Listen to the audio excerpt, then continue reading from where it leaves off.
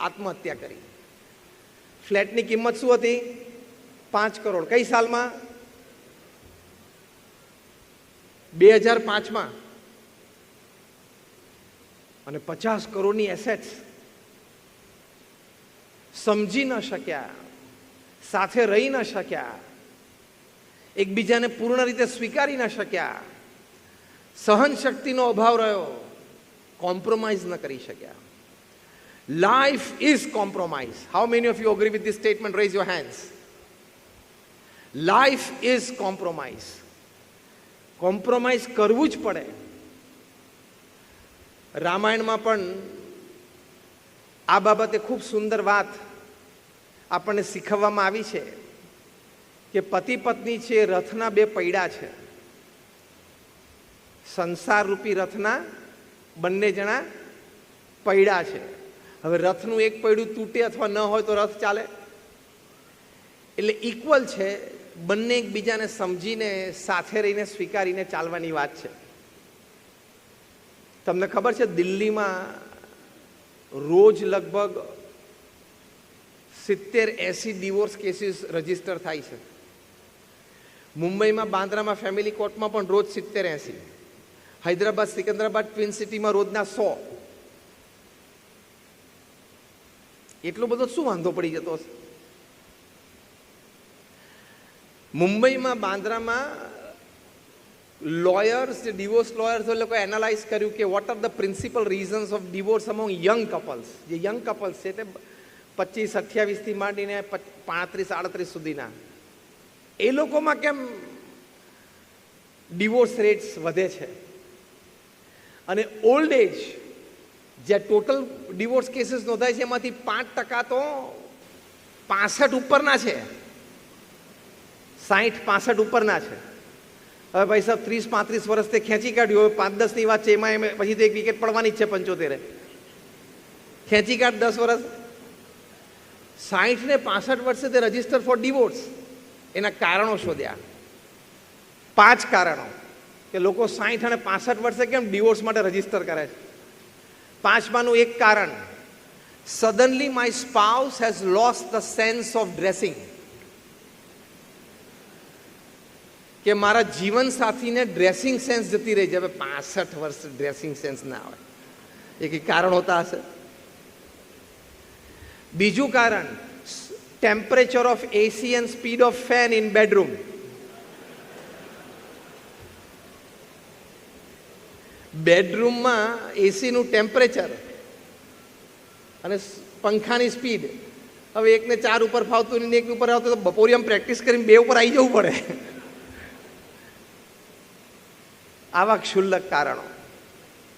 એટલે આપણું માઇન્ડ થોડું વીક છે, માઇન્ડ થોડું મીન છે, માઇન્ડ થોડું ચીપ છે, સ્ટેબિલિટી ઓછી છે.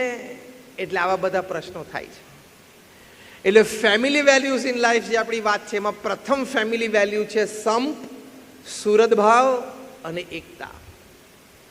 મહંત સ્વામી મહારાજ એક સુંદર વાત આ બાબતે કરે છે. એ કહે છે કે સંપ હશે તો તમે જગત જીતી જશો, અને સંપ નહીં હોય તો સામાન્ય તાકાત પણ તમને હરાવી દેશે. આ મોટો ફેમિલી વેલ્યુ છે. બીજી ફેમિલી વેલ્યુ,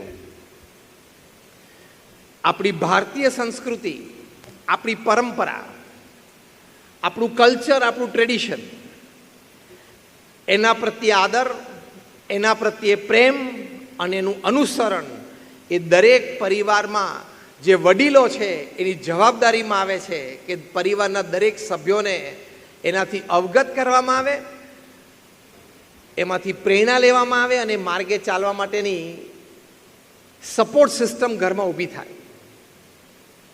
બહુ જ મોટા એક હિસ્ટોરિયન અને સોશિયલ સાયન્ટિસ્ટ, સોશિયોલોજિસ્ટ કાર્લ ઝિમરમેન, એમણે એક પુસ્તક લખ્યું છે ફેમિલી એન્ડ સિવિલાઇઝેશન્સ.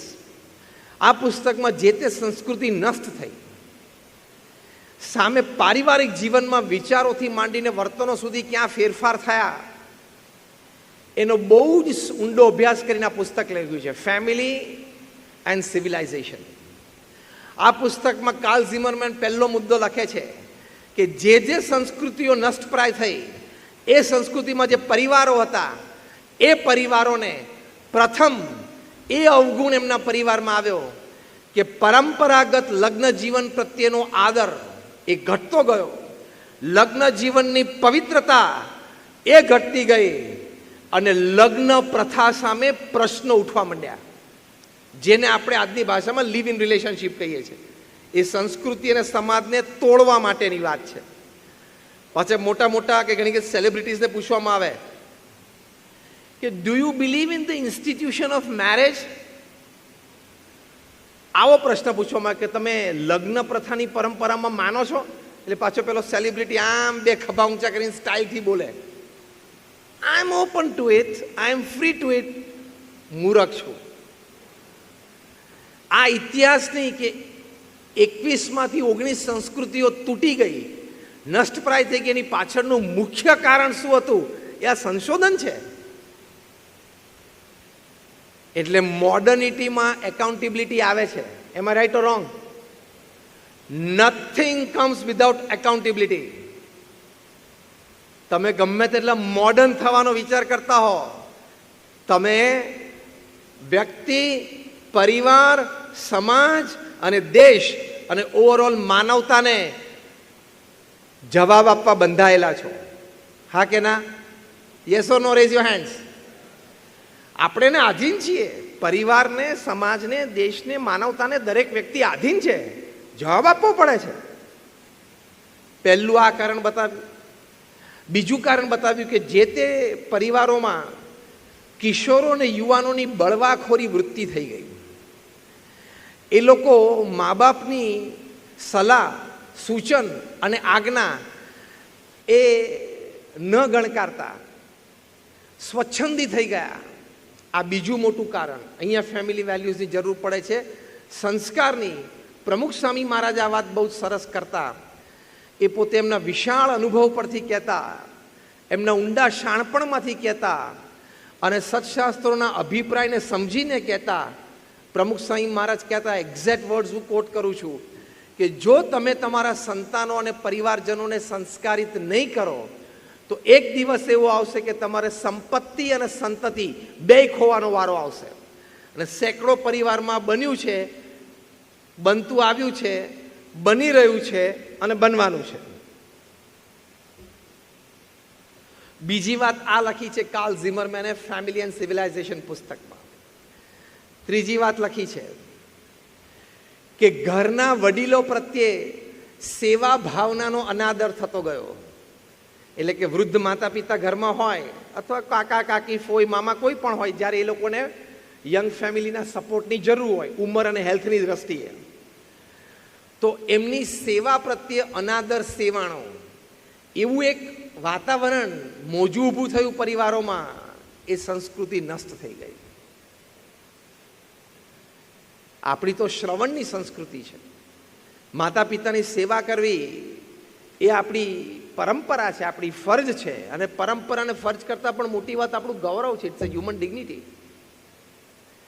તો આ ત્રીજી વાત કાર્લ ઝિમરમેને લખી છે વડીલોના આદર માટે, વડીલોની સેવા માટે. ચોથી વાત એમને બહુ જ સ્પષ્ટ લખી છે કે વ્યભિચાર પ્રત્યે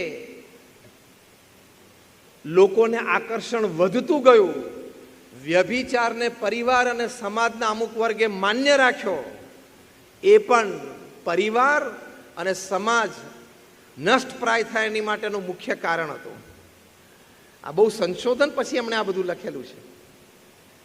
તો ફેમિલી એન્ડ સિવિલાઇઝેશન પુસ્તકમાં જે વાતો લખી છે એ આ ફેમિલી વેલ્યુઝની વાતો છે, પરિવારના મૂલ્યો માટેની વાતો છે.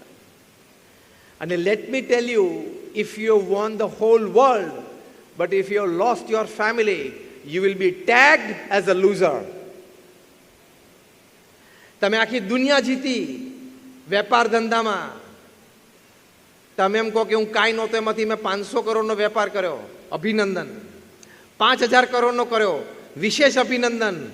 પણ ઘરે પરિવારમાં તમે સમસુરતભાવ, એકતા ન સાચવી શક્યા તો ઓવરઓલ તમારી છાતી ઉપર સિક્કો વિનરનો નહીં લાગે, લૂઝરનો લાગશે.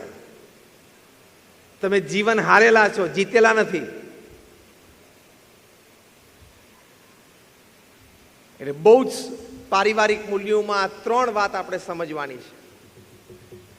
એમાં પહેલી વાત આપણે સમસુરત ભાવ એકતાની પરિવારમાં એ ભાવનાઓ આપણે જોઈ.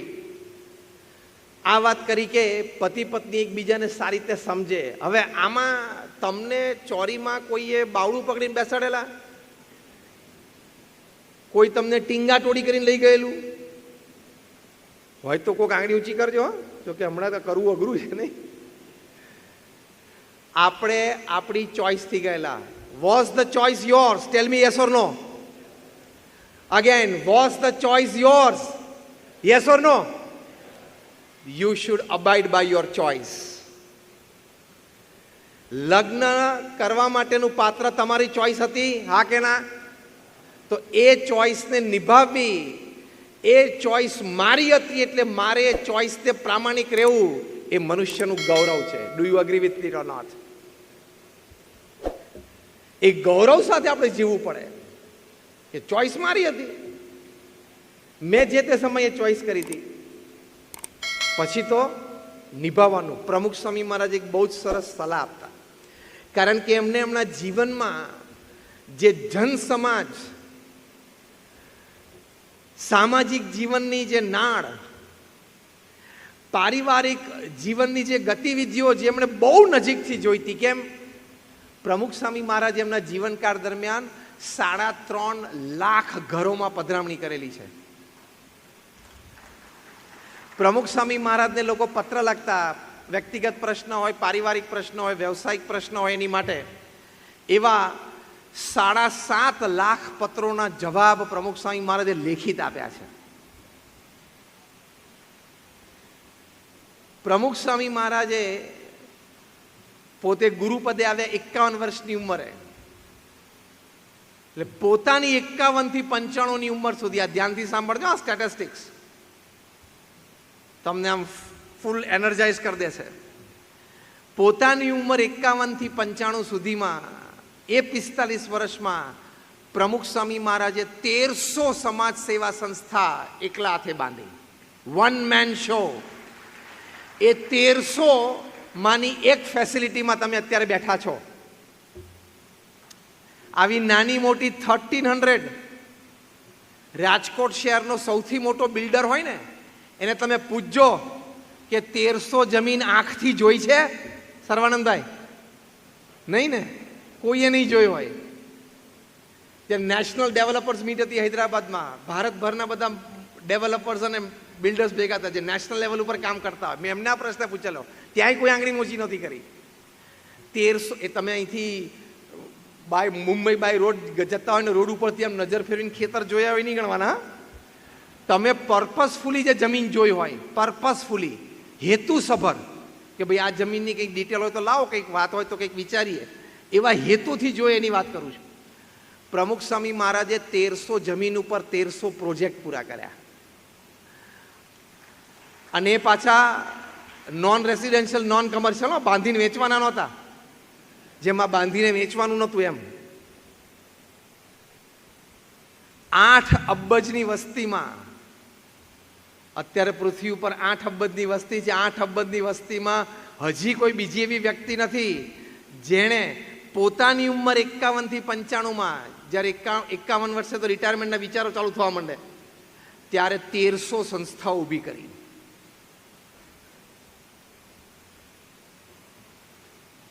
બે 2016માં મહંત સ્વામી મહારાજ 82 વર્ષની ઉંમરે ગુરુપદે આવે. આ બે ઇતિહાસ હું તમને 2-3 મિનિટમાં એટલા માટે કહું છું કે કઈ કક્ષાના અનુભવ પરથી આ મહાપુરુષોએ આપણને પારિવારિક મૂલ્યોની શીખ આપી છે. કારણ કે વ્યક્તિના શબ્દની કિંમત એ વ્યક્તિના જીવન પરથી નક્કી થાય. કોઈ પણ બેટ્સમેન આઉટ થાય ને એટલે પાનના ગલ્લે પણ ઘણી ચર્ચાઓ થતી હોય છે, પણ એક દિવસે બીજા દિવસે કોઈના નામથી છાપામાં છપાય નહીં. અને સુનિલ ગવાસ્કર કે રવિ શાસ્ત્રી એક કોમેન્ટ આપે ને એટલે ટાઈમ્સના ટાઇટલ પેજ ઉપર આવે. કેમ? રમત રમેલા છે 25 વર્ષ. એમ પ્રમુખ સ્વામી મહારાજે 45 વર્ષ ગુરુપદે અને ટોટલ 65 વર્ષ સમાજની વચ્ચે રહ્યા. 8 દાયકાઓ સમાજની વચ્ચે રહ્યા. મહંત સ્વામી મહારાજ 82 વર્ષની ઉંમરે 2016માં ગુરુપદે આવ્યા. મને 8 અબજની વસ્તીમાં એક વ્યક્તિ બતાવો કે જેણે 82 વર્ષની ઉંમરે આવી જાયન્ટ મલ્ટીનેશનલ કોર્પોરેશન જેવી સંસ્થાની CEO તરીકે જવાબદારી સ્વીકારી હોય. Not a single person, only one, Mahant Swami મહારાજ. 82 વર્ષે કોઈ ચેરમેન બને, ચેરમેન એમેરિટસ પણ બને, CEO ના બની શકે. CEO એટલે રોજિંદો વ્યવહાર થયો, રોજિંદો વહીવટ થયો, નાની નાની પ્રવૃત્તિમાં ઇન્વોલ્વ થવાનું થયું. 82 થી આજે એમની ઉંમર 91 થઈ. 82 થી 91માં એમણે 450 hospital, hostel, school, college, community centre, સંસ્કાર કેન્દ્ર, મંદિર, અક્ષરધામની ભેટ સમાજને આપી. દર 8મા દિવસે મહંત સ્વામી મહારાજે 82 થી 91માં દર 8મા દિવસે એક રો જમીન મળી, એને લીગલી ક્લિયર કરી. એ જમીન ઉપર શું કરવું છે BAPS ટ્રસ્ટી બોર્ડમાં નક્કી થયું. Hospital, hostel, school, college, community centre, સંસ્કાર કેન્દ્ર, મંદિર, અક્ષરધામ. BAPS NPO છે, નોન પ્રોફિટ ઓર્ગેનાઇઝેશન, એટલે સમાજમાંથી ચેરિટી રૂપે ફંડ્સ રેઝ થયા. આર્કિટેક્ટે પ્લાન ડિઝાઇન કર્યા, આર્કિટેક્ટના પ્લાન પાસ થયા, અઘરી વાત. પછી લોકલ ગવર્મેન્ટ બોડીઝે ક્લિયર કર્યા, ટેન્ડર્સ ડિશ આઉટ થયા, ટેન્ડર પાસ થયા, કોન્ટ્રાક્ટર નક્કી થયો, ખાતમુહૂર્ત થયું, 2-5 માળની ઇમારત બંધાઈ ગઈ. 5 સ્વયંસેવકો સમર્પિત જોઈએ સેવામાં મળી જવા આજીવન, અને બીજા 5-15 પગારદાર વ્યક્તિ મળી જવા. આ મેં રો જમીનથી ઉદ્ઘાટન સમારોહ થઈ જાય ત્યાં સુધીની વાત કરી. એ પ્રમુખ સ્વામી મહારાજે 45 વર્ષ સુધી દર 15મા દિવસે, મહંત સ્વામી મહારાજ છેલ્લા 9 વર્ષથી દર 8મા દિવસે કરે છે. અત્યારે BAPS સંસ્થામાં દર 8મા દિવસે એક ઉદ્ઘાટન થાય છે, એવરી 8th ડે. પ્રમુખ સ્વામી મહારાજને ફાઉન્ડેશન તૈયાર કરવાનું હતું, પ્લેટફોર્મ તૈયાર કરવાનું હતું, પછી પરફોર્મન્સ આપવાનું હતું, એટલે 15 દિવસની એવરેજ હતી. મહંત સ્વામી મહારાજને ફાઉન્ડેશન અને પ્લેટફોર્મ તૈયાર મળ્યું એટલે સીધું પરફોર્મન્સ ચાલુ કરી દીધું. પણ 82 વર્ષે આ જવાબદારી લેવી અને પછી આ લેવલનું પરફોર્મન્સ. છેલ્લા 2.5 મહિનામાં મહંત સ્વામી મહારાજે શું કર્યું? આખી રાતનું ટ્રાવેલિંગ કરીને અમદાવાદથી દારે સલામ ગયા. 91 વર્ષની ઉંમરે. હા, દારે સલામમાં 12 માળનું અમારું મંદિર, એનું પ્રતિષ્ઠા કરી, બધી ફેસિલિટીઝ છે અંદર. 5 એકર ઉપર યુથ એન્ડ સ્પોર્ટ્સ કોમ્પ્લેક્સનું ઉદ્ઘાટન કર્યું. સાઉથ આફ્રિકામાં જોહાનસબર્ગમાં ધ લાર્જેસ્ટ હિન્દુ મંદિર ઇન ધી સધર્ન હેમિસ્ફિયર, ઇક્વેટરથી નીચે સૌથી મોટું હિન્દુ મંદિર, તેમાં પ્રાણ પ્રતિષ્ઠા કરી અને 5000 માણસ બેસી શકે એવો આવો જે ઓડિટોરિયમ તમે અત્યારે બેઠા છો એનું ઉદ્ઘાટન કર્યું. સાઉથ આફ્રિકા જોહાનસબર્ગથી ગયા એ મેલબર્ન, ઓસ્ટ્રેલિયા. મેલબર્નમાં 140 એકર ઉપર અક્ષરધામનું ભૂમિપૂજન કર્યું. ત્યાંથી ગયા સિડની. સિડનીમાં 5000 માણસ બેસી શકે એવા ઓડિટોરિયમનું ઓપનિંગ કર્યું. આ બધી BAPSની વાત કરું છું. 5000 માણસ બેસી શકે એવું ઓડિટોરિયમનું ઓપનિંગ કર્યું, ઉદ્ઘાટન. અને રાજકોટમાં તમે હોલની બાજુમાં મંદિર જુઓ છો એવા મોટા પથ્થરના મંદિરનું ખાતમુહૂર્ત કર્યું. અને ઓવરનાઇટ ટ્રાવેલિંગ કરીને, આખી રાત ટ્રાવેલિંગ કરીને સિડનીથી સીધા સુરત આવ્યા. અને સુરતમાં અત્યારે 130 એકર ઉપર અક્ષરધામ બંધાય છે, એનું અવલોકન ચાલુ છે. At the age of 91.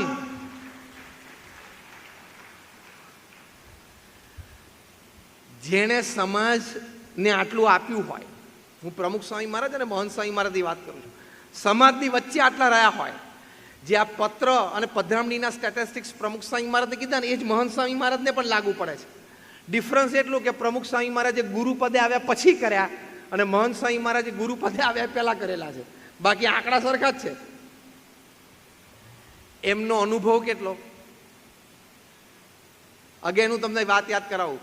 Rohit Sharma out થાય એટલે તમારી પાસે પણ સાચું કારણ હોય જે તમે પાનના ગલ્લે ચર્ચા કરતા હોય, પણ તમારા નામ સાથે સ્ટેટમેન્ટ છપાય, જોરથી બોલો તો, નહીં. અને સુનિલ ગવાસ્કર, રવિ શાસ્ત્રી કોમેન્ટેટર્સ બોક્સમાં એસીમાં બેઠા બેઠા એક સ્ટેટમેન્ટ નાખે એટલે, અને જો એમાં જરા ટોકીને વઢીને બોલે તો પ્લેયરની કારકિર્દી ઉપર પ્રશ્ન આવી જાય. એ કક્ષા જુદી છે. એમ પ્રમુખ સ્વામી મહારાજ, મહંત સ્વામી મહારાજને અનુભવ તો એમણે પારિવારિક જીવન વિશે આ વાત કરી કે જો તમે તમારા સંતાનોને સંસ્કાર નહીં આપો તો સંપત્તિ અને સંતતિ બેય ખોવાનો વારો આવશે. આ ફેમિલી વેલ્યુઝ છે. આપણા સંતાનોના શિક્ષણ માટે આપણે જાગૃત છીએ, અભિનંદન. બેસ્ટ એજ્યુકેશન આપણા સંતાનોને આપવું. આપણા સંતાનો સમૃદ્ધિની વચ્ચે ઉછરે એની માટે આપણે પ્રયત્નશીલ છે, અભિનંદન. તમારા પરિવારને ખૂબ સુખ સમૃદ્ધિમાં તમે રાખવા માંગો છો, એની માટે વેપાર ધંધામાં પ્રયત્નશીલ છો, અભિનંદન. પણ સંસ્કાર આપવામાં આપણે કેટલા જાગૃત છીએ એ આપણે જાતે ચેક કરી લેવાનું. હમણાં એક વિડીયો વોટ્સએપ ઉપર વાયરલ થયેલો તમે જોયો હશે. એ વિડીયોમાં એક પિતાએ એના બાળકને તેડેલો હતો.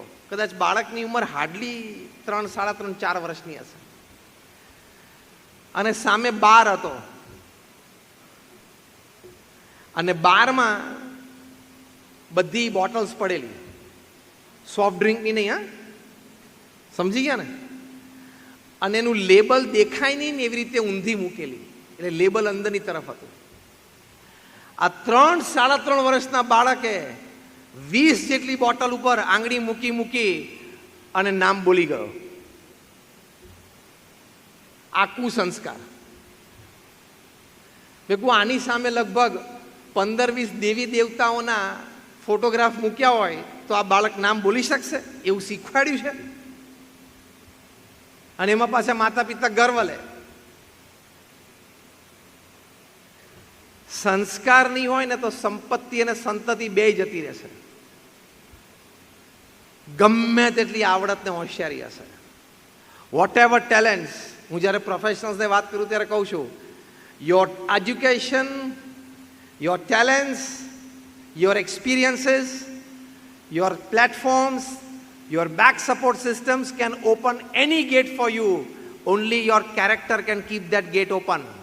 જે દિવસે સંસ્કારમાં પ્રશ્ન આવશે તે દિવસે બધા દરવાજા બંધ થઈ જશે, ગમે તેટલી આવડત હોશિયારી હશે. જેણે ક્રિકેટના બોલ સાથે ચેડા કરે બધાએ ક્રિકેટ છોડવું પડ્યું, હા કે ના? જેણે બેંક સાથે ચેડા કરે બધાએ દેશ છોડવો પડ્યો, હા કે ના? 2-3 લંડન ભાગી ગયા છે, 2-3 કેરેબિયન આઇલેન્ડ ભાગી ગયા છે, બધાને પાછા લાવવાના છે. And Tihar is waiting with broad arms to hug them.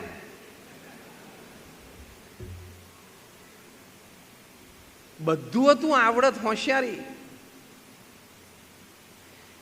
એક હમણાં મેં સ્ટીવ સ્મિથનો પ્રસંગ કીધેલો. 2018ની સાલમાં Australian cricket team South Africa ગઈ. ચોથી ટેસ્ટ ચાલતી હતી, ચોથો દિવસ, ટી ટાઈમ. ઓસ્ટ્રેલિયાના કેપ્ટન સ્ટીવ સ્મિથને ખબર પડી ગઈ કે કાલે 5મા દિવસે ટી ટાઈમ સુધીમાં આપણે ટેસ્ટ હારી જશું, જે રીતે ટેસ્ટ ચાલતી હતી. એટલે એના વાઇસ કેપ્ટન અને ઓપનિંગ બેટ્સમેન ડેવિડ વોર્નરને બોલાવે કે David, I think will lose the match. એટલે ડેવિડે કીધું હા વિલ લૂઝ, કાલે બપોરે લંચ ને ટીની વચ્ચે હારી જશું, પણ કે આપણે હારવી નથી. હવે હારવાના જ હોય ને હારવી નથી એટલે શું કરવું પડે? અનએથિકલ પ્રેક્ટિસ, ખેલ કરવો પડે. એટલે બંને જણા એક પ્લાન ડિવાઇસ કર્યો અને પ્લાન ડિવાઇસ કરીને એવું નક્કી કર્યું, એક પ્લેયર કેમેરોન બેનક્રોફ્ટને બોલાવ્યો કે ટી બ્રેક પછી તું છે ને ખિસ્સામાં એક સેન્ડ પેપર રાખજે, તને મિડ ઓન પર ઊભો રાખશું. બેટ્સમેન ગમે ત્યાં ફટકો મારે, છેલ્લે બોલરને રનઅપના સ્ટાર્ટ વખતે મિડ ઓનનો પ્લેયર હાથમાં બોલ આપે.